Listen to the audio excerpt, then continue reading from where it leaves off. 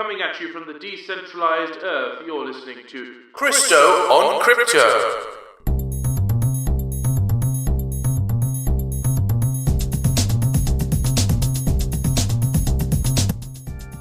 Hello and welcome to another episode of CRISTO on Crypto, and today we're interviewing CZ from Binance.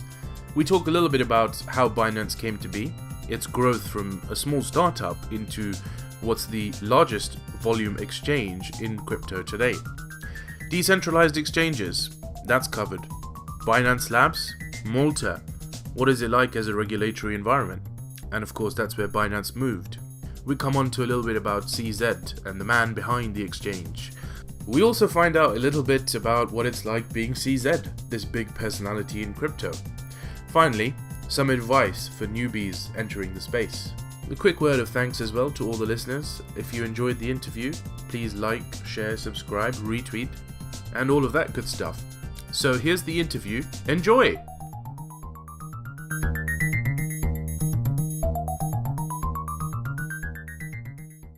In the studio today, one of the most eminent personalities in crypto, CZ from Binance. How are you? Good, how are you? Thank you for having me here. It's an absolute pleasure.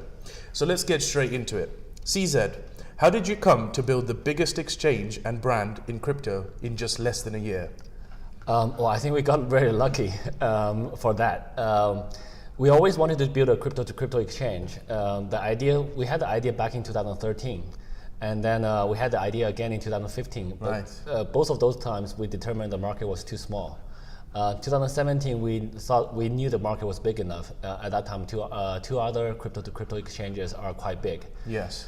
And I think we were very lucky that the market continued to rise very quickly towards the end of last year, early this year. And we did a number of things luckily right. We had a very good value system. We always did everything properly. We want to do everything right. And I think people appreciate our value system. People appreciate, users are smart. So they figure out that we are a very proper, legit exchange. And there was a very strong need for that. So I think we basically got lucky, started at the right time, doing the right thing. We rose with the tide. You rose with the tide. Yes. Yeah, just wanted to say, the wave was there at the right time. Yeah, absolutely. So decentralized exchanges are a potential threat to your business, which of course is a centralized exchange. But we do hear that you're launching your own in 2019. That's DEX. Yeah. So will Binance become a decentralized business, or does that remain to be seen? Okay. So we actually don't view it as a threat or risk. We actually view it as an opportunity. Okay. All right. So basically, every change is a new opportunity. I think there's always going to be more opportunities or more threats, depending on how you look at it, but we view them as opportunities. Okay. So that's why we're doing our DEX as well. So you always want to disrupt yourself, potentially. Right, disrupt yourself. Yes, well, that's Steve Jobs. Yeah, of course, yeah. Right. So, but at the same time, I think it's not clear to me even when it will DEX will completely destroy centralized exchanges, or are they both going to coexist for some time? My guess is that they will coexist for some time before DEX can completely take over, because today the technology is not quite there yet to handle the kind of volumes. Without the speed performance, there's no volume. And then right now the centralized architectures are always going to be faster than decentralized ones, because if you have 1,000 computers confirming the one thing versus one computer just finish the calculation done, by definition the centralized one will be faster. So I think in the foreseeable future, the centralized one will lead. But I think just logically speaking, eventually technology will get there and will become fast enough. So I don't know if that's 3 months, 3 years, 30 years. I'm guessing it's probably somewhere between 1 to 3 years. Right. So, but we're definitely developing it already. So Binance will be there no matter what happens. Yes, so for us it's just another opportunity, and we should just do it. And because we're doing decentralized exchange, it doesn't mean that we will stop the centralized exchange. We'll continue to do the centralized exchange until the point where it's no longer needed, which will be good. Then hopefully we'll have something new. Yeah, so I suppose one of the follow-up questions to that is, What are long-term goals for Binance? Is it creating an ecosystem, or will you just be sticking to exchanges? So we want, number one, so actually both of those two are a little bit extreme in my view. Okay. So we don't want to own a whole ecosystem, and we don't want to only do one thing. Okay. So we want to provide hopefully a few key infrastructure services in this blockchain industry. So right now we have the exchange. Hopefully we acquired a very good wallet. Hopefully we'll be able to provide a few other services, and that'll be good enough. We don't need to own everything, and we don't need to dominate the exchange space. We just want to be a decent provider of services in this space. Okay, fantastic. Tell us a little bit more about Binance Labs, and how is it going in terms of inspiring the new generation of startups? How close is this project personally? Sure. So Binance Labs is very important to our goal. So we want to grow the industry. We want to build up the infrastructure in this space. Okay. So and Binance is Binance Labs is very strategic for us because I view myself as a specialist in a few things, okay, but not everything. There's a lot of stuff I don't know how to do, right? Including investing, I personally don't really know how to do wallets well. I worked at blockchain info for a while, and right, I know the industry probably better than most people, but I don't think that's my strong point. I don't know I have not done payment services myself, so I don't know those other areas very well. I've been very focused on the exchange space.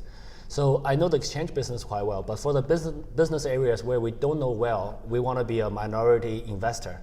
And then we want to use our Binance leverage to help them grow, providing liquidity, listing, even earlier stages of token consulting, token economics. So we want to help people grow. And in areas I'm less familiar with, we rely on labs to identify those good projects, and we just invest and become a minority investor. Right.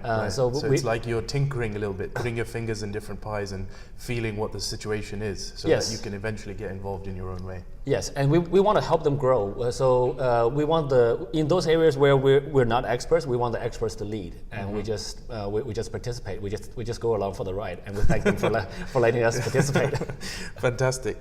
CZ, Malta. It's a blockchain island. You've tweeted a lot about it. Tell us your experiences and what gets you excited for the future of Binance in Malta. Sure. I think Malta is one of the most progressive countries in terms of regulations and also welcomeness to our industry.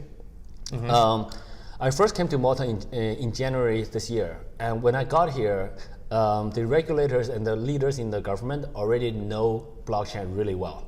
They understood everything from a technology perspective to including financial impact, economic impact in the future. They understood everything. So there was nothing I had to explain, and we already had the same vision, same language already. Right. And they also already had a draft legislation that was ready to go. That was ready to go, and they asked us for our opinions. Wow. And we gave our opinion, and most of the opinion we gave was like, you're too loose in these areas. You got to tighten it up. So that's very different from many other jurisdictions that we have experienced with. Yeah. And so on top of that, the Malta government is very approachable. So they work with us. So we can talk to them. They ask for our advice. It's a communication. It's a discussion. It's a cooperation. So it's a very nice place to work with. It's a very nice regulatory body or the government to work with. So that gives us a lot of confidence. And the legislations that's being passed right now, we think are very reasonable. They're very sensible. So given those, we are very comfortable operating in this location, and so we have a presence here. We're establishing a bunch of. We have multiple partnerships with Malta. We have 2 partnerships with the Malta Stock Exchange for security exchanges. Yeah. One is a centralized one is a decentralized one, and then we invested in a bank here, Founders Bank, and then we have a partnership with the president of Malta, and I had breakfast with her this morning. Wow, fantastic! Yes. You're really involved with Malta. Yes, so we're very heavily involved here. Yes.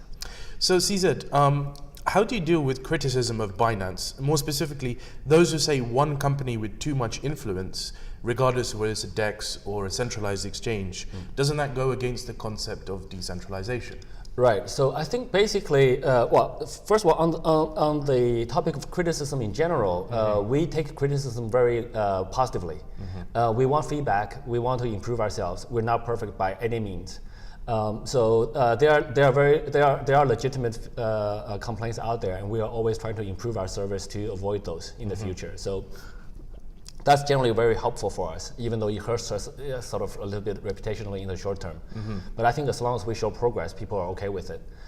There's another level of there's a different type, which are whiners and just like FUD spreaders, and we are very comfortable ignore those. I think most of our core users are very smart now. Right. They've seen enough of it, so they can discern them pretty quickly. On the centralization part, though.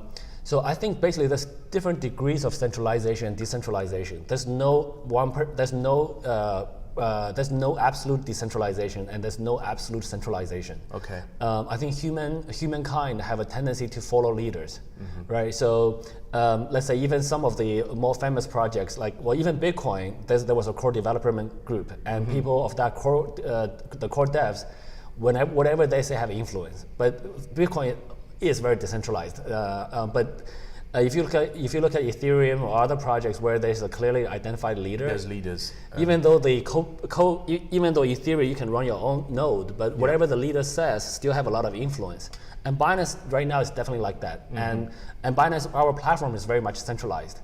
So we do have a lot of control, but centralized platforms may not necessarily be bad in itself. If you have a good leader or the leadership team is good, centralized structures are very efficient. The problem with centralized structures, over time they become more bureaucratic, and then as they get larger. And then usually they garner more and more power, and they would tend to abuse it. Okay. So I think we're nowhere near that big yet. We're still That's very humble of you. we're a 1 year startup. Yes. And I think so far everything we've done very carefully. So even I think we do have a large influence in the industry, but we have never abused it so far. Okay. You hear a lot of projects complaining not being able to list because we choose projects very, very carefully. And so we understand that responsibility, and it's actually a burden for us. We are very careful when using it. So I don't think we have leveraged that to any negative area. But for some of the pure decentralized minds, I think we're decentralized. On that, we are working on the DEX. So we will have a technically decentralized platform, which we will push very heavily from our end, and hopefully we'll get more and more decentralized. I'm not an extremist, but I'm definitely a freedom seeker. So I like decentralization. So I'm definitely not against decentralization, and I really would prefer. I would much prefer I'm no longer involved. I don't have to. Then I can say anything I want on Twitter. I can go anywhere without any baggage. So that's a state I really want to be in. But for now, I think we're a young team, and we still need to actively drive our vision. So yeah, that's my view on it. No, it's very exciting. CZ, given your personal success, just tell us, how do you stay so grounded and still willing to learn? What gets you going in the morning and willing to make each day count? I don't actually view myself as very successful. Wow, there's the humility again. So to be honest, I don't view myself as too special, too powerful, etc. So I still interact with everybody in this conference. I stand at the booth whenever I can. I've seen you. Everyone's taking selfies with you. And I think that's great. I don't think that's so much because of me. I think just that's the Binance brand. That's the brand. Yeah. So I think anybody who's a Binance CEO will have that kind of popularity probably. So it's the fact that the team built a brand, and fortunately or unfortunately, I'm the face of it. So, and I do appreciate people willing to come me up to say, hey, take a selfie, and I think that's a very strong endorsement of our brand and of their support in our service in our platform. So, and the fact that they probably will take a selfie and they'll probably tweet it, which is good publicity, of course. Which is excellent publicity for us, right? I think that's a very strong endorsement for anybody who posts a selfie with a service provider. Say, look, I'm with a Binance CEO and post it on my personal Twitter, right? So I think that's a very strong endorsement of our brand, and I fully appreciate it. So I don't think that doesn't bother me, and I quite I like it from the fact that people are supporting us, not so much, okay, I'm a celebrity or anything. I never feel like that. Yeah. And finally, CZ, some of our listeners regularly message in saying that they're a little bit confused about the crypto space and they're scared about the risks. What advice do you have to listeners who need help taking the first step to get into crypto, and what benefits will they see partaking in this revolution? Sure. I think the key advice there for me would be learning. So it's very important to understand what you're doing before you jump too heavily in. There's too many people who are speculators. Even though like we run an exchange, we actually want people to do sensible research. So we absolutely ask people to understand the project before they buy the token. Don't like. If you're a really strong technical analyst trader, you just look at a chart without knowing what it is and you're comfortable, then that you have that skill, that's fine. But for most people, you want to understand what you're buying. And you want, even before that, if you're new to crypto space, you want to understand how Bitcoin works before you look at Ethereum, because Ethereum is more complex, and you look at smart contracts and all this other stuff. And then you want to learn those basics and start small. So on my way here, somebody asked me, say, how do I get started? My advice is take a small amount of money. I don't know if it's $500 or $1,000. It's a meaningful amount of money, but it's not your whole net worth. It's not your entire life savings. Use like $500 and buy some Bitcoins, install a wallet on your phone, on your desktop. Hopefully your desktop and phone are secure enough so that nothing bad happens. But in the worst case, something bad happens, then you're not super hurt. And with a small amount of money, once you learn how to use a wallet, how to secure a desktop, you got to install antiviruses. You want to learn how to distinguish phishing sites. So once you learn all of this stuff, and then you're comfortable, and then you can increase your investments. So I think basically do a lot of learning and start small. And for learning today, there's far more materials on the net than there was before. Absolutely. So 5 years ago, there was the white paper, really. So today there's a lot of stuff, and we have a initiative called Binance Academy. Okay. The URL is binance.vision, and there's lots of videos. We're adding somewhere between 3 to 5 videos every week. And so it's a free, it's a community-generated content where we give some small incentives to the content creator, and then the content is free for people to learn. So spend some time. If you're a video person, then watch videos. If you're a book person, read books. If you're a podcast person, listen to more podcasts. Yeah. Fantastic.